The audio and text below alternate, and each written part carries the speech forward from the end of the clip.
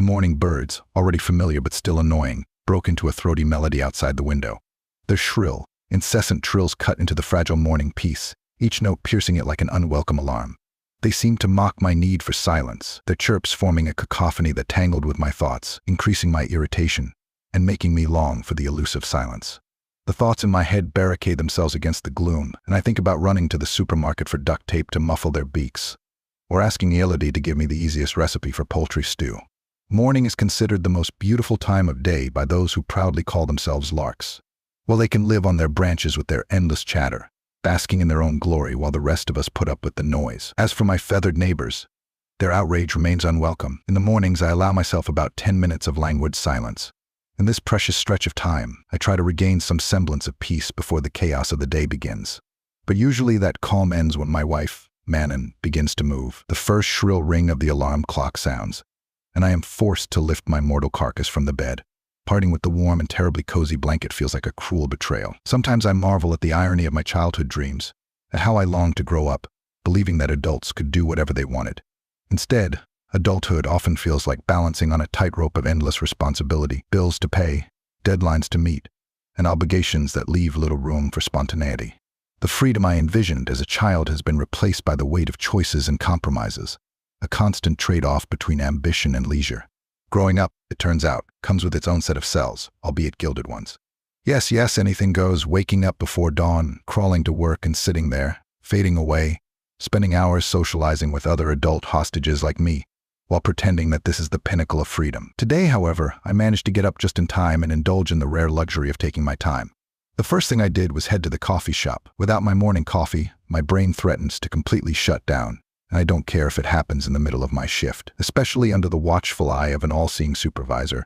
This cafe has become my sanctuary. I persistently visit it, refusing others for no particular reason, perhaps out of habit, perhaps out of tradition. As I approached the door, I found a sign reading firm, accompanied by countless apologies from the staff.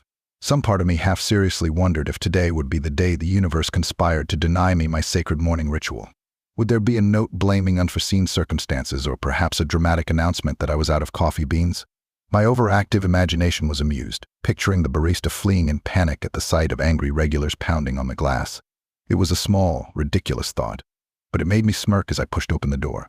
But she wasn't there. Apparently the cafe worker was brazenly late. I opened the door and stepped into a room filled with a quiet bustle. The familiar aroma of freshly brewed coffee wafted through the air, mixed with something sweet, perhaps a buttery croissant or a flaky pain au chocolate cooling on the counter. The richness of the smell hinted at a morning ritual that promised comfort and put me to sleep with the cozy warmth of the cafe. "Please come inside," came a voice. I froze in the doorway, my attention caught by a young woman in a rather interesting pose, bending over and picking something up off the floor. Her brown hair was scattered over her shoulders, partially covering her face, which was framed by a charming blush when she looked up. "I'm sorry," she muttered, and a charming blush flooded her cheeks. "And how can you keep a customer waiting?" I teased, a mocking tone coming through in my words. She blushed even more, awkwardly rubbing the hem of her apron. I found the scene amusing and stepped closer, reducing the space between us to half a meter. The cafe was unusually empty at this hour, the silence broken only by the faint hum of the coffee maker and the occasional clinking of dishes from the back room. It was an unusual moment, frozen between ordinariness and something intriguingly intimate. "Oh, don't you think," I asked, already in a softer tone, "that you should make it up to me?" The blush went from her face to her neck, and she looked up at me through her lashes, clearly aware of what was hitting her, but making no effort to resist. Her lips parted as if to respond, but there were no words, only a quiet sigh that hung in the air between us. That was my signal. I shortened the remaining distance between us, and my hands found themselves on her pants-clad thighs. The fabric was soft under my touch, and her breath hitched, and her blush turned crimson. What followed needed no further explanation.